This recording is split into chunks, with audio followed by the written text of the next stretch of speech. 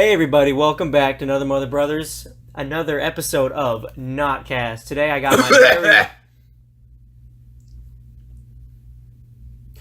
my very special guest, Anthony Pace. How you doing? Say hi to the Hi. eight people. Okay. What's going on, maggots? Cool. All right. Now today's a very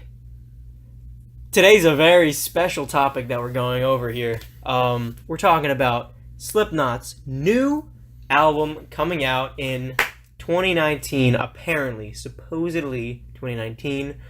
Corey Taylor did say that it is confirmed 2019. Well, Corey said that it is absolutely coming out in 2019, but then later he said something that maybe it was, he kind of contradicted himself. It was a little weird. Shit. All right. Yeah. But either way, I'm excited. Are you excited? Fuck yeah, I am. I'm excited. Dude, I'm really excited. I'm fucking stoked, bro. Correct me if I'm wrong here. All right. Well, first of all, we're going to go over some of the things that Corey said about the album, because he's really the only one that said anything about it in an interview with Kerrang. A couple of things that Corey said about the album that I am absolutely stoked for is he said it's going to be, and I quote, Iowa levels of heavy. Yes. That is awesome. Iowa's one of their most recognized albums, especially it's For its heaviness. Yeah, it's infamous for its heaviness. Yes. And it's awesome. It's pretty good. It's awesome. And correct me if I'm wrong, it is your favorite album, correct? It is my favorite album. Awesome. And my favorite album, Point 5, The Great Chapter, he also compared it to Point 5. He said, the new album is going to make Point 5 look like nobody's business. Yes. Which, when I read that, I literally got chills down my spine, because that is the boldest of statements that you could possibly make. Yeah, because Point 5 is already a pretty damn good album. I'm speechless. Yeah. It's incredible. I love that album. It is a masterpiece. It's an amalgam of masterpieces, master pie, and and yeah, and I'm just super stoked for that. Yeah. We got a couple quotes here. I'm just as stoked as you are. We're gonna see. Corey specifically said something like this. This is confirming his statement. Iowa levels of heavy. Go ahead. He says, "It's dark. It's really dark." Right? He told this to Music Universe. Right? He said, "It's probably the most autobiographical I've been in years.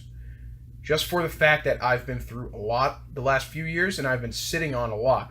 So I'm writing from the standpoint of where I am now instead of where I was, which is easy to tap into sometimes, and it's so easy to just kind of go there, almost on impulse. But now I'm writing it from the standpoint of a man who's been through a lot. Not just a young man, but an older man, and trying to figure things out." So he really is, from this quote, going back to his roots. You know what I mean? Just like in Iowa.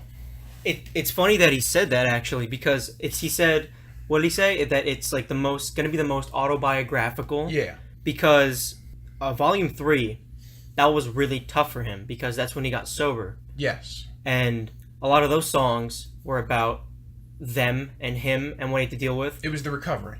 Yeah, and a lot of songs in All Hope Is Gone were about the past 10 years. I think that's what Sulphur was about as well. The past decade of his life and how he dealt with things and how he had to go through a lot.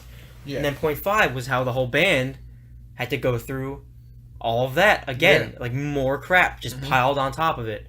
And now we're going even more. Yeah. It's just more and more and more stuff piling on to their experience. And he's writing about more and more stuff, and he has more experience, and maybe that's why he thinks it's going to blow Point 5 out of the water, because it is that much more. Each album is another peak that they're at. Yeah. And there's just all the more stuff to write about. Yeah. And also, didn't you say we were talking earlier, didn't you say that he's getting through his depression? He got through his depression recently? Yeah, Corey, I'm pretty sure he has a new marriage, or he divorced, right? He's a girlfriend now, I think. Yeah, now he's a girlfriend, so he was he fell into a little bit of a depression, I think I read somewhere. and this album is kind of about just some of the shit that he's been dealing with himself. You know what I mean? And obviously, he was running it by the band, and everyone liked it a lot. And I would assume that they're gonna pile their own feelings and everything into, like they always do, into that album. But yeah, the last few years for Corey were pretty rough, and that's his inspiration for this new album. I was gonna say Yeah. that now that he's over it, wouldn't that be harder for him to kind of delve deeper into his own mind? I think maybe it might be something that he's over with, but he's very aware of. You know what I mean? And so I think it's not. I think when you go through something tough, it's no longer vague, or it's not going to be like any more vague than it ever could be, because you've still experienced it. You know what I'm trying to say? I guess so, but I mean, for me personally, I'm not the biggest songwriter compared to these guys. But when I was going through some stuff last year, like the day it happened, like something bad happened, I wrote what I still think is one of my best songs. Right. And I tried to write about it later, and like it wasn't coming to me. I think